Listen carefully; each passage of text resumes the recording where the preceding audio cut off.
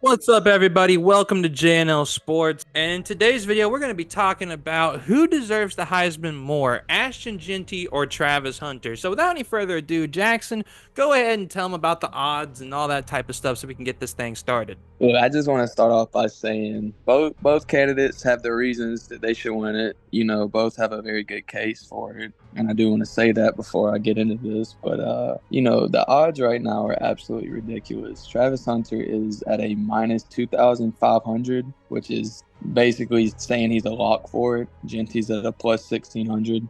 Those odds are just completely ridiculous, and I'll get into why I think that and why I also think Genty should win the Heisman. I can see why you guys are saying that about Jeanty, but for me personally, I'm in the Travis Hunter camp just because, I look at these stats and I see an elite NFL receiver and a guy who also can flip the field and play cornerback and get you some interceptions, some good pass deflections, things of that nature. The only thing that I have against Ashton Jeanty is the fact that he is in the Mountain West, so I think that there are certain opponents that are really easy for Ashton Jeanty to be able to go up there and get 300-400 yards against. You guys play teams like the terrible ass Wyoming and stuff like that. So I'm curious to hear your thoughts on that, Jackson, how you feel about the schedule and all that type of stuff. But I personally just think that, being a Big 12 team like Colorado, you play better competition than Ashton Jeanty does. That's a very good point. I definitely see why people say that, but I argue that by saying if you look at Genty's stats in the biggest games, like against Oregon, the number one team in the nation, 200 yards and 3 touchdowns. And I also want to point out a fact that Genty is 365 yards away from Barry Sanders' record. He is fifth all time right now in single season rushing yards with at least 2 games to go. So he'll have 2 games to break Barry Sanders' record. He just needs to average 190 yards per game. And I also want to mention Gentry did not play in 3 second halves this year, including the second half against Portland State in a game. Probably Portland State was the worst team played all year. They're terrible. And Gentry had 126 yards and no touchdowns. Just imagine he plays the second half of those last 3 games. He might have already broken the record. And, we'll read Gentry's stats here. 312 carries, 2,300 yards, 2,288, and 29 touchdowns total, 1 receiving. And this is a guy that these records have not been touched in years. And I just want to put up this. This is Gentry right now compared to the last 2 Heisman winners, Derrick Henry and Mark Ingram. And these guys were in the SEC, So there's that. Derrick Henry, 1,800 yards, 22 touchdowns, 6.1 yards per carry. Mark Ingram, 1,400 yards, 12 touchdowns, 6.5 yards per carry. Gentry has the highest PFF grade ever of any college running back ever. And I don't really look at PFF a lot, but it is worth mentioning. And also another point that I think a lot of people aren't talking about is the fact that teams after week 2 or 3 and even some in, the first few weeks of the season, there's at least 7 to 8, even 9 people in the box sometimes. Mm-hmm. And I don't care what defense you're playing. It's hard to run against a team that's loading the box like that. Yeah. And Gentry still finds a way to do it. Everyone's seen the highlight tape. I've seen every snap this season of Boise State, and Gentry is the most extraordinary player I've ever watched. Yeah. At the college level. Yeah, I think it all goes back to with the odds, though. The fact that Travis Hunter can flip the field. He can do both sides. I don't think he'd be the front runner if he wasn't a cornerback wide receiver hybrid, because I think that they kind of look at his 92 receptions, 1,152 yards, and 14 touchdowns with a 13 average catch, yards per catch average. And they look at that and they go, okay, that's really good. But then he also, on the flip side of that, has I pretty believe good cornerback stats where I'm pretty sure he has like 6 interceptions. he has 32 tackles, 1 tackle for loss, 4 picks, and 11 pass deflections. And teams don't really throw his way. They But don't. that's because he's over there locking up the receiver. Oh, he's an elite cornerback. But something that I could say to argue that I don't think there would be much of an argument for me if Colorado was a 12-0, 11-1 team. That okay, that's fair. But they have lost 3 games. Colorado's lost 3 games to all unranked teams at the moment. Kansas State was ranked when they played them. And let's actually talk about some of these games in which. So Colorado's biggest game of the year was against number 18 Kansas State at the time. Hmm. Travis Hunter stats in that game: 3 catches for 36 yards, and not much to talk about on the defensive side of the ball. In Genty's biggest game of the year against Oregon, 200 yards and 3 touchdowns. And Boise State obviously lost that game on a game-winning field goal. And Jeanty has propelled his team to the playoffs, assuming they beat UNLV, which I think they will. Travis Hunter's team went 9-3. And 9-3, and let me also mention the fact that he's playing with a quarterback that is going to go in the top 5 of the draft. I mean, I think that's another point to bring up. You're looking at Colorado's schedule. They played Kansas State, was probably the best Big 12 school they played. And Big 12 is already, it's obviously a Power 4 conference, but it's nothing The like the bottom of SEC. that. Yeah, exactly. They didn't play Iowa State. They didn't play BYU. They didn't play these top-level Big 12 schools. And another thing that I do want to mention while I'm thinking about it, Travis Hunter scored a touchdown against Oklahoma State up 45-0. They were stat padding at the end of the game, and Jeanty has been benched in 3 second half. So I think that's another thing worth mentioning is just, to me, a Heisman Trophy winner should at least elevate his team to a conference championship. And it's not just a scenario where you can just, he's affecting both sides of the ball, so he should have a very big effect. And the best player in the country playing with, again, a top 5 NFL quarterback pick. I don't think they should lose to Kansas by 16, lose to Kansas State. And they also got absolutely obliterated by a bottom tier Big Ten school in Nebraska. 28-10, I believe, was the score. Yeah, something like that. And Travis Hunter, again, did not do much in that game. Let me ask you this, though. At the receiver position, right? If they put 2 to 3 people on Travis Hunter, because, I mean, I'm going to be honest, I think they only have, like, one other, like, somewhat legitimate threat on Colorado. And you know Shador wants to throw the ball constantly to Travis allowed. I actually believe they have at least 2 guys that are quite good. They do, because they got Joe Horn's kid, right? Joe Horn's kid, and what's the other guy's name? Wester. Yeah. So they have Wester, and Wester has 880 yards and 10 touchdowns, and Shepard has 617 yards and 6 touchdowns. But again, this is not me. This is not a hate video on Travis Hunter. Travis Hunter should be the first pick in the NFL draft, whoever gets that pick. I hope my Patriots go. That would be an amazing pick for y'all, but this is no hate towards him. This is just another stat I want to bring up. Ashton Jeanty is first in the nation in rushing yards, obviously. Ashton Jeanty would be second in the nation in rushing yards if they counted his yards after contact. Ashton Jeanty has more yards after contact than any other rusher has in the country. I mean, that's insane. You're kind of convincing me on the Ashton Jeanty thing, man. that's stuff you kind of just don't hear about, and stuff that doesn't happen. And another stat I wanted to say is North Carolina's running back Hampton has the second most rushing yards in the nation. Ashton Jeanty has more rushing yards than North Carolina as a team.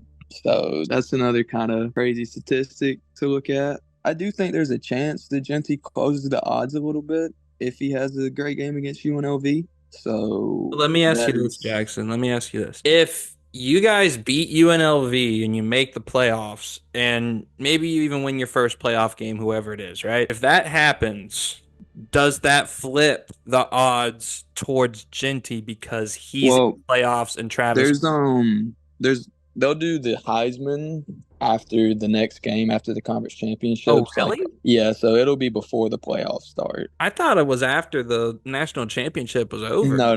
They do the Heisman before the national championship and all that. But but they do play the conference championship. So I think the conference championships, and again, Travis Hunter not in it. And say what you want to about the Mountain West, it's not the strongest conference, obviously. Yeah, not even. But UNLV is a very good football team, and Boise State beat them once. And Jeanty probably had his worst game of the season against UNLV. I will say though that game was really, really close. So it was, but like I said, UNLV is a really good football team, and I think. Something that I would say is I am a firm believer that UNLV and Boise State would be in the thick of things in the Big 12. Oh, yeah. Obviously, that's a hypothetical. There's good teams in the Big 12, like I said, BYU and Iowa State. K-State's pretty decent, and Colorado's not a terrible football team. They just 3 losses, man. 3 losses and not the strongest schedule in the world. That just doesn't scream Heisman.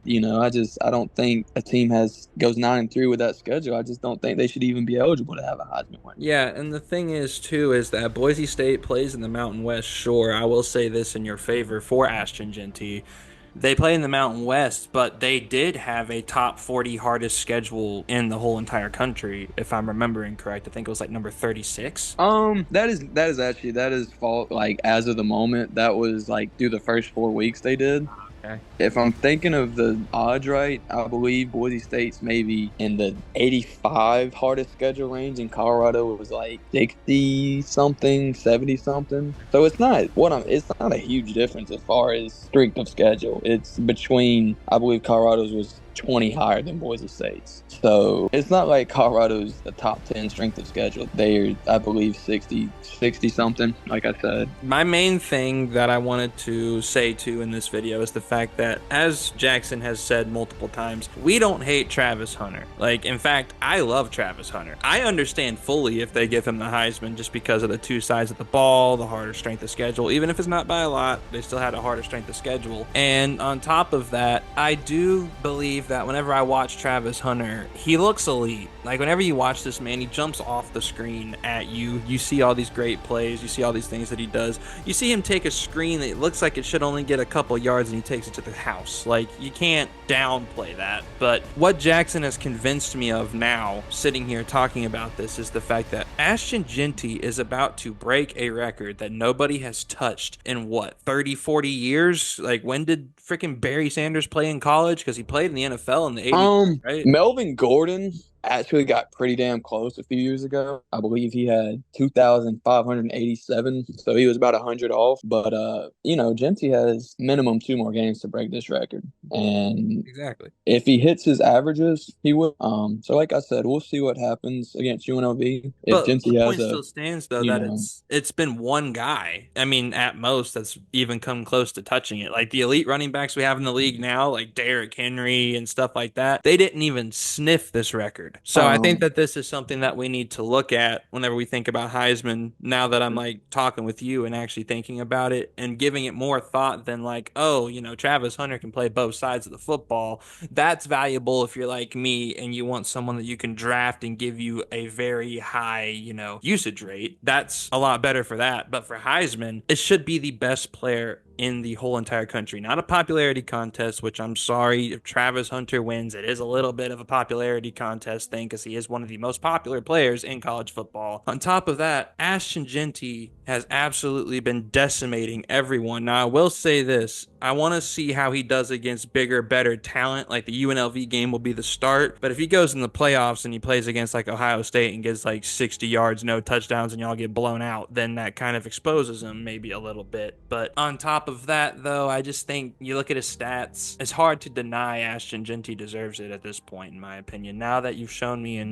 said all this stuff. Another thing I want to bring up is, and this is me saying this as a Boise State fan, Boise State, the rest of their roster, they have good players, but their quarterback is very mid. Their secondary is among the worst in the nation. If Jeanty isn't on this Boise State team, at best they go 9-3. At best. In the Oregon game, Maddox Madsen, Boise State's quarterback, went 18 for 41. Was absolutely terrible. The special teams gave up 2 special teams touchdowns. Boise State, this lowly Mountain West team that everyone talks about, the Mountain West can't compete with these big schools, lost to number 1 Oregon, the only undefeated team in the nation, in Eugene, Oregon, by 3 points, all on the backs of Ashton Jeanty. Yeah, that's pretty impressive. Like when you think about it, 200 I mean, yards and 3 touchdowns against Oregon, bro. That's crazy. your quarterback, you tell me this. In a game where Boise State's playing Oregon, they give up 2 special teams touchdowns, and Boise State's quarterback Madsen goes 18 for 41. Should they even be in that game? Hell no. They should be getting blown out by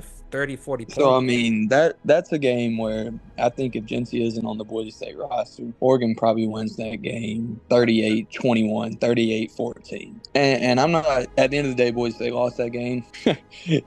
So you can't really claim that on your resume. Yeah, you lost to Oregon in a close game. What do you do? It sucks, but it is worth mentioning because people don't think.